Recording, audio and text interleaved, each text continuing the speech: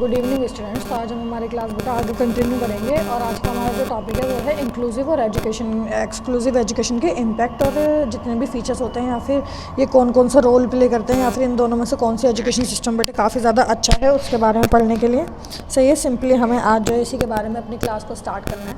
तो देखो आपको बेटा यहाँ पर सीधा सा दिख रहा होगा किसके बारे में बात कर रहे हैं, समावेशन और अपवर्जन के बारे में बात कर रहे हैं। समावेशन का मतलब होता है बेटा इंक्लूसिव और अपवर्जन का मतलब होता है बेटा एक्सक्लूसिव। इंक्लूसिव का मतलब है सबको साथ में बिठाकर एक तरीके के हर तरीके के व्यक्ति को बिठाकर एक साथ पढ़ाना, और एक्सक्लूसिव का मतलब होता है जो स्पेशल नीड वाले बच्चे हैं उनको बिल्कुल अलग कर देना है समाज से और स्थितियों से, और उनके लिए एक स्पेशल स्कूल्स बनाने हैं, ये सारे पढ़ाने हैं। तो दोनों तरीके की शिक्षाओं के अपने कौन कौन से फ़ायदे हैं और कौन सी शिक्षा का इस्तेमाल हमें करना चाहिए, वैसे हमें पता होना चाहिए कि इंडिया में इंक्लूसिव एजुकेशन पर ज़्यादा काम किया जाता है, एक्सक्लूसिव पर इतना काम नहीं किया जाता, ना ही एक्सक्लूसिव को इतना ध्यान में रखा जाता है। पहले के टाइम में एक्सक्लूसिव एजुकेशन का इस्तेमाल करते थे, आज के टाइम में इंक्लूसिव एजुकेशन सिस्टम को ही हम आगे बढ़ाते हैं, यानी कि समावेशी शिक्षा ही है हमारे में।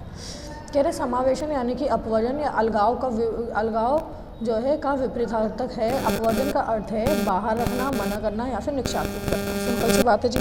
एक्सक्लूसिव का मतलब क्या होता है कि अपने से अलग रख के करेंगे, मतलब ऐसे लोग, ऐसे लर्नर्स जो देखने में और या उनके अंदर किसी भी तरीके की लर्निंग डिसेबिलिटीज़ पाई जाती है, इवन फिजिकल डिसेबिलिटीज़ पाई जाती है, उनको हम क्या करेंगे, खुद से थोड़ा सा अलग कर देंगे। जैसे फॉर एग्जांपल अगर अंधे हैं तो अंधों को साथ में नहीं पढ़ाएंगे ब्रेल लिपि के थ्रू, उनको क्या करेंगे स्कूल से ही अलग कर देंगे, स्पेशल स्कूल ही बना देंगे उनके लिए, वहाँ पर जाकर पढ़ो जी। ऐसी शिक्षा क्या कहलाई जाती है आपकी, अपवर्जित कहलाई जाती है, यानी कि जो है आपकी एक्सक्लूसिव कहलाई जाती है। वहीं पर क्या होगा, अगर कोई लूला है, कोई लंगड़ा है, किसी का हाथ खराब है, किसी का पैर खराब है, कोई सुन नहीं पा रहा, कोई बोल नहीं पा रहा, ऐसे सारे लोगों को कहाँ पर बिठा के पढ़ा रहे हैं, एक ही क्लास में बिठाकर पढ़ा रहे हैं, तो हमारा इंक्लूसिव एजुकेशन कहलाया जाता है। सही है, दोनों में फ़र्क है। तो कह रहे हैं अपवर्जन की अवधारणा स्वभाव से ही नकारात्मक और अनुपयुक्त तथा मानव मूल्यों के विरुद्ध होती है। कॉमन सेंस की बात है जिस लाइन का मतलब भी सेम है। अगर हम अपवर्जन की बात करें तो हम क्या कर रहे हैं, अपने आप से निष्कासित करके अलग कर रहे हैं। तो ये एक्चुअल में अपने आप में है क्या, मानव जो जितने भी मानवों के सिद्धांत हैं या फिर जो मूल्य हैं हमारे, उनके विरुद्ध जाती है। भाई ह्यूमैनिटी तो ऐसा नहीं कहती ना कि आप एक इंसान को अपने आप से क्या करो, अलग करो। किस बेसिस पर, उसके अंदर पाए जाने वाली डिसेबिलिटीज़ के बेसिस पर अलग तो नहीं कर सकते हम किसी तरीके से। और अगर देखा जाए तो एजुकेशन सिस्टम में भी अलग करना वो ठीक नहीं, क्योंकि वो उनके मौलिक अधिकारों का हनन है। तो हम किसी के मौलिक अधिकारों का हनन थोड़ी ना करना चाहते हैं। हम तो चाहते हैं कि वो इंसान भी उतना ही एलिजिबल हो सके, उतना ही सक्षम हो सके किसी चीज़ में जितने कि हम सक्षम हैं। अगर हमारे पास ज़्यादा एबिलिटीज़ हैं तो इसका मतलब ये नहीं कि दूसरा जो है अगर वो डिसेबल्ड तो उसके अंदर एबिलिटीज़ नहीं हो सकती। बेटा वो भी उतना ही ज़्यादा पढ़ सकता है, हो सकता है दिमागी रूप से अगर वो कमज़ोर है, सही है, तो बाकी सारी चीज़ों में तो सही होगा, कहीं ना कहीं एक्टिविटीज़ को या बाकी सारी चीज़ों को ठीक करने में लगता रहेगा। तो ये जो है इंक्लूसिव एजुकेशन में काफ़ी अच्छा रहता है। लेकिन एक्सक्लूसिव एजुकेशन का कहीं ना कहीं इसी चीज़ों में क्या आने लगती है, प्रॉब्लम आना क्रिएट हो जाती है, और वहीं पर जो है बच्चे ऐसी प्रॉब्लम्स को फेस करते हैं और समाज में अपनी स्थिति को बना नहीं पाते। उन्हें ऐसा लगता है कि हम समाज का तत्व ही नहीं है, हमारा कोई रोल ही नहीं है, हम सिटीज़न है ही नहीं इस देश के।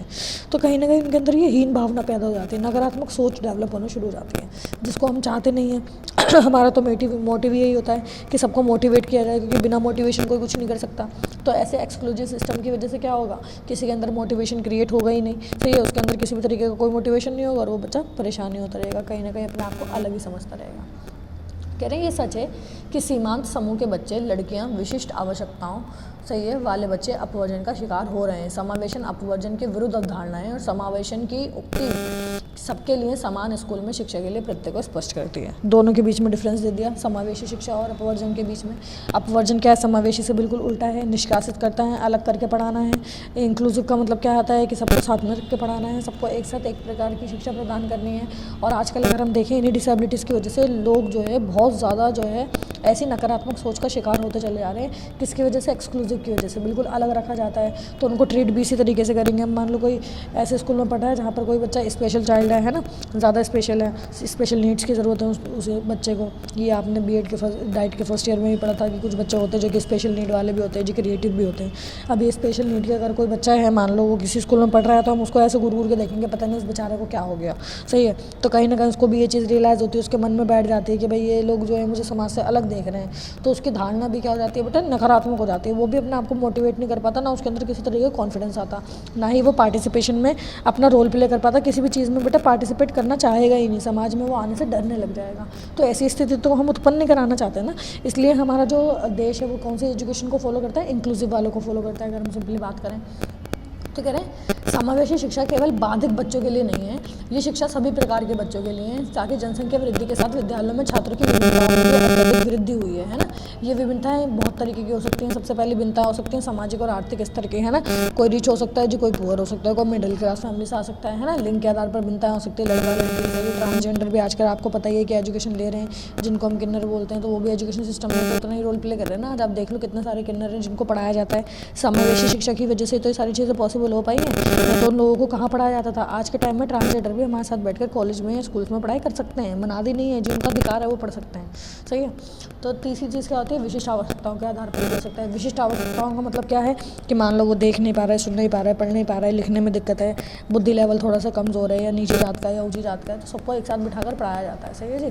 तो समावेशी का मतलब यही होता है, समावेशन में सबको एक साथ एक तरीके का अधिकार देंगे, सही है। एक जैसी शिक्षा वो भी सबके लिए, ये समावेशी कहलाई जाती है, सही है। एक साथ रखकर ही पढ़ाना है, एक जगह पर रखकर पढ़ाना है। तो कह रहे हैं समावेशी शिक्षा पर 10 प्रश्न उठते हैं। सबसे पहली चीज़ क्या होती है, अगर हम बात करें तो हमें ये पता होना चाहिए कि समावेशी शिक्षा एक्चुअल में है कैसी। तो कह रहे हैं अति संवेदनशील और सीमांत समूह संबंधित वार्ता में स्पष्ट किया गया है कि समावेशी शिक्षा अधिगमकर्ताओं के गुणात्मक शिक्षा के मौलिक अधिकार पर आधारित होती है। भाई गुणात्मक, अगर हम बात करें गुणात्मक शिक्षा के मौलिक अधिकारों पर, तो बेटा ऑब्वियस सी बात है, अगर हम चाहते हैं कि किसी पर्टिकुलर इंसान को क्वालिटी एजुकेशन प्रोवाइड की जा सके, वो क्वालिटी एजुकेशन उसको अलग रख के प्रोवाइड नहीं की जा सकती। अब मैं किसी बच्चे को बिल्कुल अलग रख के पढ़ाऊँ जी, तुम तो बिल्कुल सुपीरियर हो, तुम बिल्कुल इन्फीरियर हो, उसके अंदर ये वाली चीज़ आनी शुरू हो जाएगी ना, तो मैं बहुत अच्छा हूँ, मैं बिल्कुल अच्छा ही नहीं हूँ, या तो मैं समाज में जो है बहुत ज़्यादा अच्छा रोल प्ले करता हूँ, मेरी पोजीशन बहुत ज़्यादा अच्छी है, या मेरी समाज में किसी भी तरीके का कोई स्थान ही नहीं है, सही है, कोई सिटीजन ही नहीं है किसी तरीके का। तो ऐसी चीज़ों को समावेशी की वजह से ही दूर किया जा सकता है। डिस्क्रिमिनेशन बिल्कुल खत्म कर देता है बेटा समावेशी की वजह से। तो यही क्या है आपके कुछ जो है भारतीय शिक्षा में समावेशन और अपवर्जन के कुछ रूप है कि कहाँ पर इंक्लूसिव और कहाँ पर एक्सक्लूसिव आपको देखने को मिल सकती है। जैसे कि अगर हम सिंपली यहाँ पर बात करें तो कह रहे हैं समावेशन का अभिप्राय सभी प्रकार के बच्चों को सामान्य विद्यालयों में एक साथ शिक्षा प्रदान करना है, जबकि अपवर्जन और अलगाव का अभिप्राय भिन्नताओं के साथ अलग अलग विद्यालयों में शिक्षा देने से है, सही है। एक साथ नहीं पढ़ाएंगे। अगर किसी इंसान के अंदर किसी तरीके की विभिन्नताएं पाई जा रही हैं तो उतने ही भिन्न भिन्न तरीके के विद्यालय बनाओ, उसी भिन्न भिन्न तरीके के स्कूल्स और इंस्टीट्यूट डेवलप होने चाहिए ताकि वो बच्चों को पढ़ा सकें। जैसे आपने देखा होगा कुछ स्पेशल चाइल्ड के इंस्टीट्यूट भी मौजूद होते हैं, मेंटली डिसेबल जो बच्चे होते हैं उनके इंस्टीट्यूट मौजूद होते हैं। तो स्कूल से ज़्यादा ऐसे लोगों के ना इंस्टीट्यूट मौजूद होते हैं, वहाँ पर पढ़ाई जाती है। अंधों के लिए अलग स्कूल बनाया गया है, सही है। जैसे देहरादून में आप सुनते हो, देहरादून में अंधों का सबसे बड़ा स्कूल है जी, ब्रेल लिपि के थ्रू पढ़ाया जाता है उनके थ्रू, सही है। गूंगे बहरों का भी स्कूल आपने सुना होगा कि अलग होता है, साइन लैंग्वेज का इस्तेमाल करते हैं। तो ये सारा क्या है, ये स्पेशल बीएड के जो है ना टीचर्स होते हैं उनको ये सारी चीज़ें काफ़ी अच्छे तरीके से पता होती है। इसलिए आज के टाइम में ना ये कंपलसरी कर दिया है कि हर एक स्कूल में ना एक स्पेशल बीएड वाला होना चाहिए, ताकि वो स्पेशल चाइल्ड जो स्पेशल नीड के बच्चे हैं उनको पहचान सके, आइडेंटिफाई कर सके और उनकी नीड्स को पूरा कर सके, ताकि वो समाज में या इवन क्लासरूम में एकेडमिक उसके जो ईयर है वो स्कूल के अंदर मौजूद है, वहीं पर उसको ऐसा किसी तरीके से ना लगे कि वो कहीं ना कहीं जो है प्रताड़ित हो रहा है या फिर कहीं उसके साथ कुछ बुरा हो रहा है, बुरा घट रहा है। कहना अगर हम बात करें अपवर्जन के अनुसार, यदि बच्चों को उनकी विशिष्ट आवश्यकताओं के अनुसार शिक्षा दी जाएगी तो परिणाम बेहतर होंगे, सही। एक्सक्लूसिव एजुकेशन क्या बोलता है कि अगर बच्चे को उसकी आवश्यकताओं के अनुसार कि उसको किस चीज़ की ज़रूरत है उसी के अनुसार अगर उसको पढ़ाया जाएगा और माहौल दिया जाएगा तो वो ज़्यादा अच्छे से सीखेगा। भाई सुनने में तो बात बिल्कुल सही लग रही है कि भाई अंधा है तो उसे ऐसे स्कूल में भेजो जहाँ पर अंधों की तरीके से पढ़ाई की जा सके, लेकिन उसमें क्या होगा, वो केवल पढ़ लिख पाएगा, समाज में अपनी स्थिति को दिख नहीं पाएगा। उसको यही लगता रहेगा कि समाज में कहीं ना कहीं मैं पिछड़ा हुआ हूँ, मेरे अंदर कोई ना कोई ऐसी कमी है कि समाज मुझे अपने साथ बिठाने को राज़ी नहीं हो रहा। तो ऐसी चीज़ें तो हम बच्चों में नहीं डालना चाहते हैं, लेकिन अपवर्जन अलगाव की वजह से सारी चीज़ें आती हैं। कह रहे शिक्षा में अलगाव का अभिप्राय विशिष्ट शिक्षा से है। प्रत्येक विद्यालय में कुछ ऐसे विद्यार्थी होते हैं जो सामान्य विद्यार्थियों से थोड़े अलग होते हैं, सही है। इन विद्यार्थियों की विशिष्ट आवश्यकताएं होने के कारण वे सामान्य बालकों के साथ समायोजित नहीं कर पाते। अपवर्जन या अलगाव के कई रूप हो सकते हैं। बच्चों के स्कूल में भेजने से पहले माता पिता एक सामान्य तथा आसक्त बच्चे के प्रति व्यवहार अभिव्यक्ति अलग अलग होती है, सही है। एक बच्चा जो है उदासीन और दूसरे से आशावादी समझते हैं। अगर हम बात करें तो डिस्क्रिमिनेशन ऐसा नहीं है कि स्कूल में आने पर ही बच्चे के साथ शुरू होगा, डिस्क्रिमिनेशन घर से ही शुरू होता है। अगर मान लो बच्चे में थोड़ी सी कोई कमी है या एवरेज बच्चा है, ज़्यादा अच्छे से नहीं पढ़ लिख पा रहा है, उसकी राइटिंग अच्छी नहीं है या कंसेप्ट क्लियर वो सही तरीके से नहीं कर पाता है, तो इस केस में क्या होता है, जो माता पिता होते हैं वो घर से क्या होते हैं, एक बच्चे से उतना ज़्यादा उम्मीदें नहीं रखते जितना दूसरे से रख लेते हैं, और वो ऐसे बच्चे से उम्मीद रखने लगते हैं जो जिसके अंदर किसी भी तरीके की डिसेबिलिटीज़ नज़र नहीं आ रही हैं, उसके अंदर किसी भी तरीके की जो है असमर्था है ही नहीं देखने पर। तो ऐसे में क्या करता है बच्चा अपने घर से ये सीखता है कि उसके अंदर डिस्क्रिमिनेशन हो रहा है, यानी कि डिस्क्रिमिनेट होता हुआ चला आ रहा है। तो ऐसी चीज़ों में क्या होता है, कह रहे हैं अगर हम बात करें तो कह रहे हैं भारत में प्राचीन समय से ही ऐतिहासिक उदाहरण देखे जाते हैं। अगर हम बात करें विशिष्ट व्यक्तियों के साथ सही है अच्छा बर्ताव नहीं किया जाता, उन्हें समाज की मुख्य धारा से दूर रखा जाता है। ये बात मैं आपको बार बार बता रही हूँ कि वो समाज के तत्व नहीं बन पाते, उन्हें ऐसा लगता है कि हम समाज में किसी भी तरीके से अपना कोई स्थान लेकर नहीं बैठे, हम समाज से बिल्कुल अलग हैं, समाज हमसे अलग है, समाज हमें कभी भी एक्सेप्ट नहीं करेगा। सही है, कोई अगर लंगड़ा के चल रहा है तो हम उसका मजाक बनाते हैं, ओ भाई लंगड़े, तो ऐसा तो नहीं है भाई हम उसे लंगड़ा बोल देंगे, तो लंगड़ा बोलने पे क्या है, उसका मोटिवेशन लेवल हम डाउन कर रहे हैं, उसको कॉन्फिडेंस लेवल हम डाउन कर रहे हैं। समाज में अगर वो अच्छा तरीके से चल भी पा रहा है ना, उसको खुद का भी अगर कोई आत्मविश्वास है ना उसके अंदर, अपना सेल्फ मोटिवेशन भी अगर डेवलप हो रहा है, वो भी तोड़ देंगे हम। तो ऐसी चीज़ें तो हमें नहीं करनी चाहिए ना बेटा किसी भी तरीके से। कह रहे हैं उन्हें समाज की मुख्य धारा से अलग रखते हैं। विभिन्न समाजों ने जो है उनके लिए समय समय पर विशेष प्रकार की शिक्षा देने के लिए आवासीय समस्याएं, विशेष विद्यालय एवं विशेष कक्षाएं आरंभ की हैं। मुख्य तौर पर अपवर्जन अलगाव 3 रूपों में बांटा जा सकता है भाई। सही है जी, स्कूल जो हैं जो बनते हैं, सही है, जितनी भी चीज़ें या फिर जितनी भी फैसिलिटीज़ प्रोवाइड करवाई जाती हैं ऐसे बच्चों को जो कि समाज में थोड़े सा हमसे अलग है, नॉर्मल बच्चों से थोड़ा सा अलग है, तो उनको 3 भागों में बांट देते हैं। बेटा कैसे बांट देते हैं, समाज के सीमांत वर्गों के अनुसार अलगाव। सही है, कभी कभी क्या होता है सोसाइटी के अकॉर्डिंग भी अलग रख देंगे, जैसे कि ट्रांसजेंडर हैं, यूजुअली बहुत रेयर आप देखोगे कि वो ट्रांसजेंडर जो है वो हमारे साथ पढ़ते हुए नजर आते हैं ना स्कूल्स में। अब जाकर देखने के लिए थोड़ा बहुत आपको मिल जाएगा, वो भी इंक्लूसिव की वजह से, अदरवाइज वो लोग भी स्कूल में नहीं नजर आते थे ना। लिंग के आधार पर अलगाव हो सकता है, एक्सक्लूजन किसकी वजह से हो सकता है, जेंडर बेस, जैसे गर्ल्स का अलग स्कूल, बॉयज़ का अलग स्कूल। सही है, दोनों को अलग अलग तरीके से पढ़ाया जाएगा। कह रहे हैं विशिष्ट आवश्यकताओं वाले बच्चों के आधार पर भी हो सकता है, स्पेशल नीड वाले बच्चों के आधार पर भी हो सकता है कि उनको किस तरीके की नीड मौजूद है। अब अगर हम यहाँ देखें तो समाज के सीमांत वर्गों के अनुसार अलगाव, यानी कि अगर हम बात करें सोसाइटी के अकॉर्डिंग, तो सोसाइटी के अकॉर्डिंग किस तरीके से एक्सक्लूसिव एजुकेशन आ सकती है उसके बारे में ध्यान से पढ़ना है। देखो बेटा ये एक्सक्लूसिव इंक्लूसिव दोनों इंपॉर्टेंट है। ये पेपर में ना इंक्लूसिव और एक्सक्लूसिव के ऊपर क्वेश्चन आ जाता है कि समावेशी और अपवर्जन ये क्या है, दोनों में अंतर करने के लिए पूछ लेते हैं, नहीं तो कभी कभी दोनों को एक साथ पूछ लेते हैं कि इनके प्रभाव क्या पड़ते हैं बच्चों पर। तो कह रहे हैं भारतीय समाज में सीमांत वर्गों में वे लोग शामिल किए गए हैं जिनको कमज़ोर वर्गों में रखा गया है और वे संख्या में भी काफ़ी कम है, जैसे कि अनुसूचित जाति, अनुसूचित जनजाति, पिछड़ी जातियों और अल्पसंख्यकों को सीमांत वर्गों में शामिल किया गया है। प्राचीन समय से ही भारत में सीमांत वर्गों के लोगों के शिक्षा के अधिकार से वंचित रखा गया था। आज भी सीमांत वर्गों के बच्चों को शिक्षा का अभाव देखने के लिए मिलता है। किस बात पे बता रहे हैं जी, जो एक्सक्लूजन है, जो समाज से थोड़ा सा इनको अलग निष्कासित करके रख दिया गया है, ये इनकी जात के आधार पर रख दिया गया है कि जो नीची जात के लोग होते हैं, जो नीचे पिछड़े वर्ग के लोग हैं, जैसे कि SC ST OBC, अगर माइनॉरिटीज़ की बात करें, मतलब ऐसे लोग जो कि संख्या में भी कम है और जो है रिचनेस या पुअरनेस के हिसाब से भी थोड़ा सा कम स्ट्रॉन्ग है, अगर हम बात करें तो वो ज़्यादा अमीर भी नहीं है। तो ऐसे पिछड़े वर्ग के जो लोग हैं शुरुआत से उनका एजुकेशन पर इतना ध्यान नहीं दिया जाता था, इसलिए तो आरक्षण लाया गया था ताकि इन सब लोगों को भी समान रूप से समान अधिकार दिए जा सकें। सही है, कह रहे हैं अगर हम बात करें सीमांत वर्गों के लोग आर्थिक दृष्टि से भी कमज़ोर होते हैं और इनका जीवन भी थोड़ा निम्न कोटि का होता है। वर्तमान समय में भारतीय सरकार ने सीमांत वर्गों के बच्चों को समावेशी शिक्षा में शामिल करने के लिए अनेक कदम उठाए, लेकिन इसके बावजूद भी अलगाव की भावना देखने के लिए कहीं ना कहीं मिलती ज़रूर है। मतलब कोई अगर बंगी है जी, चमार है, SC ST है, सही है, तो हम उसको उसके नाम से नहीं बुलाएंगे, पहले उसकी जात पता करेंगे फिर उसे बोलेंगे हाँ भाई वो बंगी के लड़के हैं ना, वो भी चमार के लड़के। ऐसी ऐसी लैंग्वेजेस का हम इस्तेमाल करते हैं, जबकि एजुकेशन में यानी कि स्कूल्स के अंदर इन एजुकेशन सिस्टम का इस्तेमाल नहीं करना चाहिए, इस वर्ड्स का इस्तेमाल नहीं करना चाहिए। एजुकेशन सिस्टम के खिलाफ है, मौलिक अधिकारों के खिलाफ है बेटा। किसी बच्चे को हम इस तरीके से नहीं बोल सकते, अगर हम ऐसे बोल रहे हैं तो उसको समाज से अलग कर रहे हैं, वो एक्सक्लूसिव पे चला जाएगा, इंक्लूसिव पे नहीं है। लेकिन कहीं ना कहीं इंक्लूसिव एजुकेशन की वजह से आज हम वो लोग हमारे साथ बैठ के पढ़ पा रहे हैं एक ही जगह पर। तो ये पहले के टाइम में क्या होता था कि जो SC ST वाले होते थे उनको ज़मीन पर बिठाते थे। आपको पता ही होगा, सिस्टम में भी आपने पढ़ा है कि ये जो डिस्क्रिमिनेशन होता है जाति पात के आधार पर, वो कितना बुरा हुआ करता था पहले के टाइम में, है ना। लोग खाना भी नहीं खाते थे, हाथ से पानी तक नहीं पीते थे इन लोगों के। लेकिन आज के टाइम में तो ऐसा नहीं है ना। समावेशी शिक्षा की वजह से क्या पॉसिबल हो पाया है कि ये सारे लोग भी एकजुट बैठकर अपने जो है जितने भी उनका अधिकार है कि वो हाँ भाई ले सकते हैं, एडमिशन पढ़ सकते हैं, ये भी उनका अधिकार है कि वो एजुकेशन को प्राप्त करेंगे। और आज देख लो बहुत सारी हाईएस्ट पोस्ट पर ज़्यादातर SC ST OBC वाले ही बैठे रहते हैं, क्योंकि आरक्षण की वजह से उनको ये चीज़ें बहुत ईजिली मिल गई हैं। लिंग के आधारित पर हो सकता है, कह रहे हैं भारतीय समाज संरचना में लिंग के आधारित पर भी अलगाव देखने के लिए मिलता है ना। जैसे कुछ लोग लड़के लड़कियों को अलग अलग स्कूलों में शिक्षा करवाते हैं, जबकि अन्य लोगों का मानना है कि अगर लड़का लड़की साथ में पढ़े, एक ही स्कूल में पढ़े, यानी कि क्वाइट स्कूल ज़्यादा बेहतर होते हैं, वहाँ पर लोग कम बिगड़ते हैं। लेकिन गर्ल्स का स्कूल होगा, बॉयज़ का स्कूल होगा, तो वहाँ पर बिगड़ने के चांसेस ज़्यादा रहते हैं, कुछ लोगों का ऐसा मानना है। तो यहाँ पर ये हो गया है ना, जैसे कि अगर अलग अलग स्कूल में पढ़ते हैं तो जैसे गर्ल्स को ज़्यादा क्रेज़ होता है कि वो बॉयज़ से बात करें, बॉयज़ को ज़्यादा क्रेज़ होगा कि वो गर्ल्स से बात करें, तो कहीं ना कहीं उनके बीच में आपस में ऐसी चीज़ें देखने के लिए मिलती ज़रूर है। सही है जी, प्रेम विवाह का भय वगैरह लगा देता लोगों को, अगर हम बात करें। नेक्स्ट जो है बेटा वो है आपका विशिष्ट आवश्यकताओं के आधार पर। सही है, जैसे स्पेशल नीड्स वगैरह का होता है, तो कह रहे हैं विशिष्ट आवश्यकताओं वाले बच्चों के वाले बच्चे वह बच्चे होते हैं जो सामान्य बच्चों से थोड़े से अलग होते हैं और उनकी आवश्यकताएं भी थोड़ी सी अलग होती हैं।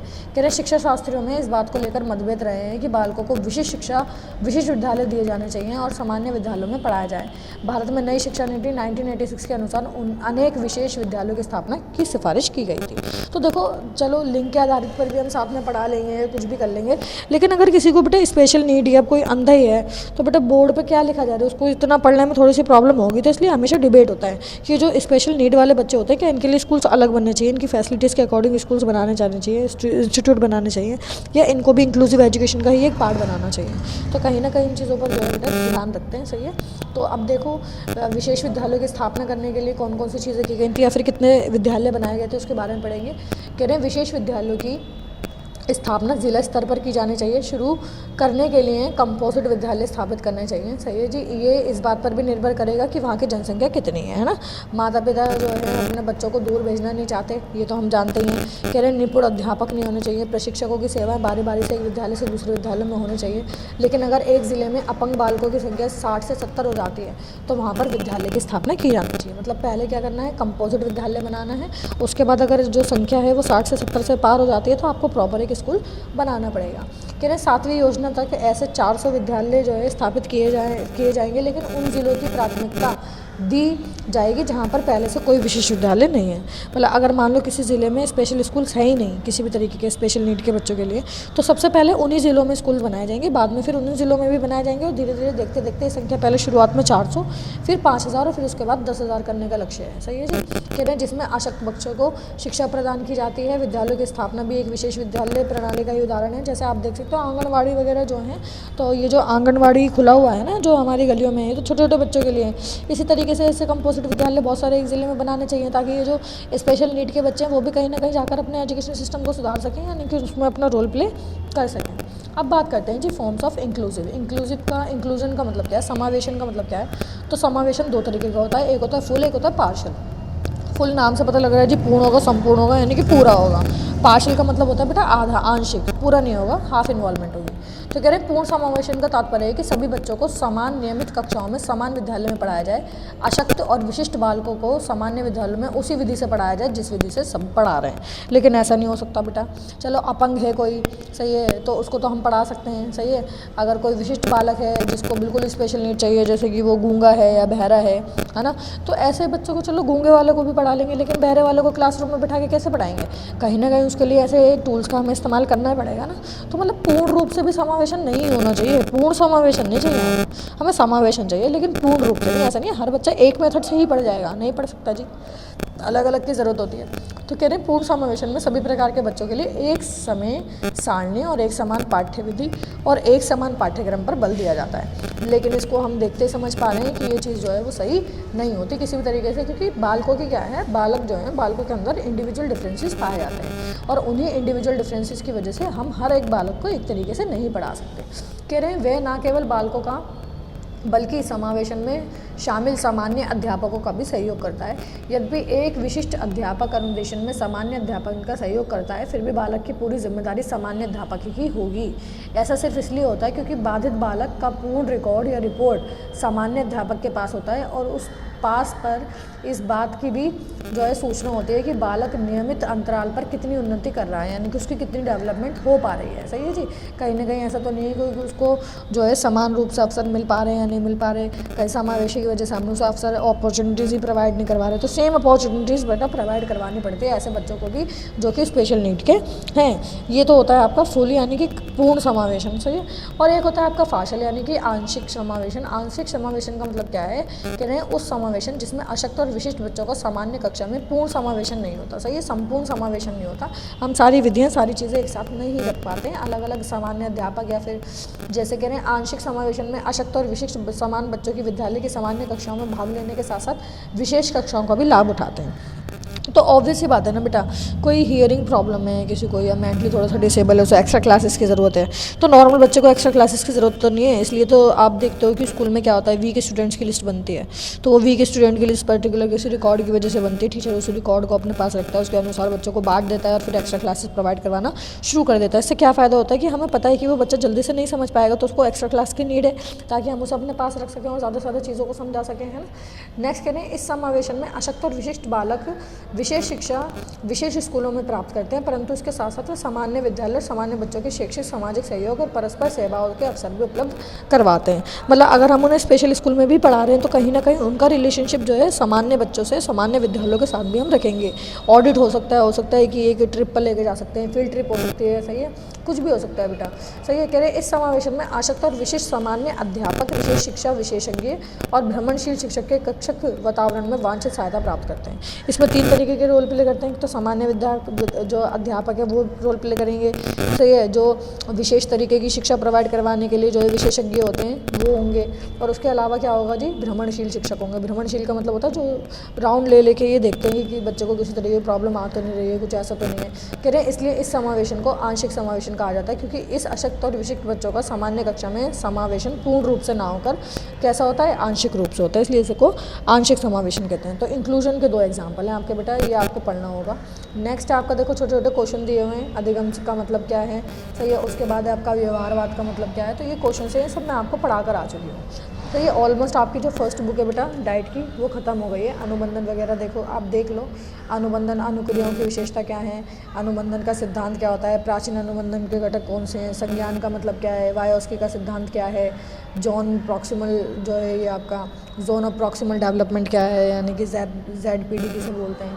तो ये सारे वो क्वेश्चन है बेटा जो आपको मैं जो है पढ़ा कर आ चुकी हूँ। तो नेक्स्ट क्लास में हम हमारा जो है सेकंड यूनिट स्टार्ट करेंगे अधिगम की, अधिगमकर्ता की प्रकृति, यानी कि जो है लर्नर के अंदर कौन कौन सी पावर होती है, कौन कौन सी कैरेक्टरिस्टिक्स फीचर्स होती हैं। उसके बाद में जो है कोई भी डाउट हो बेटा पूछ लेना, और ये सारी चीज़ें आप बेटा कंप्लीट करते हुए नज़र आओगे।